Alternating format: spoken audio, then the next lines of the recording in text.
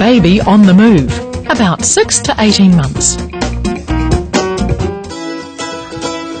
Active movement, making the connection between movement and learning to develop the whole child.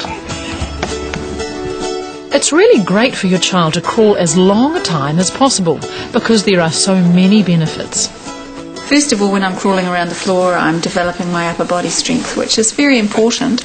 I need to develop my gross motor skills, which are my large motor skills, before I develop my fine motor skills, which is important for writing later on.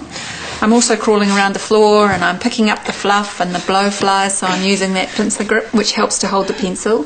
I learn about spatial awareness between over, under, height perception, and also independence, because I'm making my own play rather than having play initiated for me. What he's also doing is developing his eyes, because his eyes are changing focal length all the time.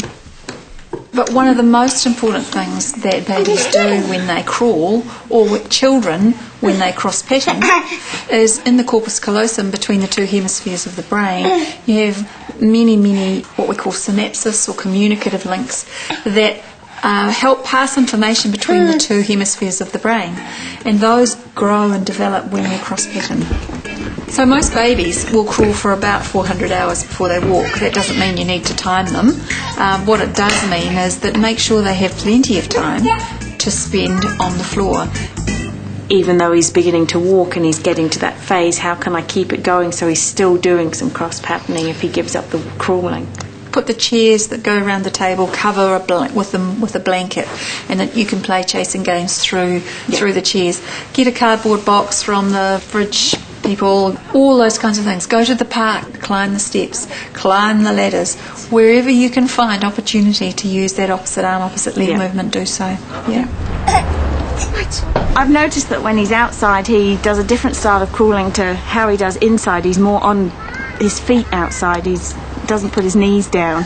That's because he's not used to different textures, and it's actually really important. You're doing the right thing by taking his pants off so he can feel the different textures that he's crawling on, because I need to not always know that, well, I'm not always going to be crawling on carpet. I need to feel what it's like to be crawling on prickly stuff and bumpy stuff and wet stuff, and you need to actually talk about, oh, that's a bit wet, and oh, that's gooey and that's messy, so that he learns that they have different textures, and when he's feeling it and he's hearing it, he's able to learn those kinds of concepts. This is all a bit new to Alex, and he's not keen at all to learn to climb down the stairs. Okay, Alex, you're going to go down the stairs. Are you ready? Here we go. We're going to go down the stairs. Bring your hands down. Now we're going to bring your leg down, and we're going backwards, aren't we? We're going backwards down the stairs. Okay, you ready? Here we go. Down backwards. Good boy. Good boy. You were backwards. You did backwards. You can go up now. You ready to go up? Here we go. Lift your leg up. Here we go. Lift up. That's a boy. Up you go the stairs. Well done. Make sure that the stairs are a place where they can learn, because they learn about height perception, they learn about crawling backwards. All those kinds of concepts are very important, and I do need to learn those kinds of things to be safe. Now, what about jolly jumpers and exercises? Are they good for our children? The latest developmental thinking is that children should actually put themselves into this position when they are physically ready. In other words, when their muscle tone is able to support them in this position.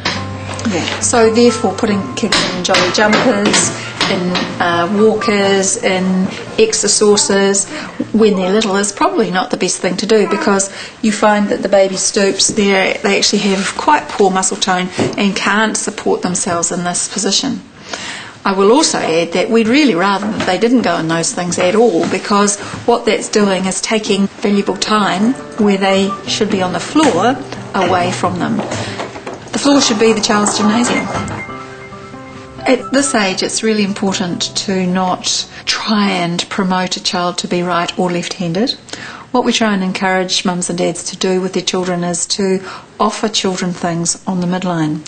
Sometimes if you try and make a child right-handed and they're going to be left, it can cause confusion in the brain, and sometimes that leads to processing problems and maybe later on learning problems. I'm not saying that it does, but there is certainly that possibility.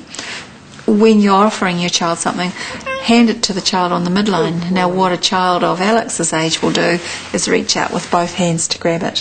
What that tells us is that he hasn't decided which hand he's going to be, even though he may be favouring his right hand as the one that he looks like he might be. He still hasn't decided which hand he's going to end up writing with. So what's Catherine's reaction to all this information? Yeah, just generally looking at things in a different light and looking at the opportunities for the climbing and the crawling and the going under and over and promoting what I say to them more. Sure. I think that's a really key point, the language thing, that alongside the experience needs to come the language, and it's that specific language of direction and body, because that's how I learn, through experience and doing. Yeah.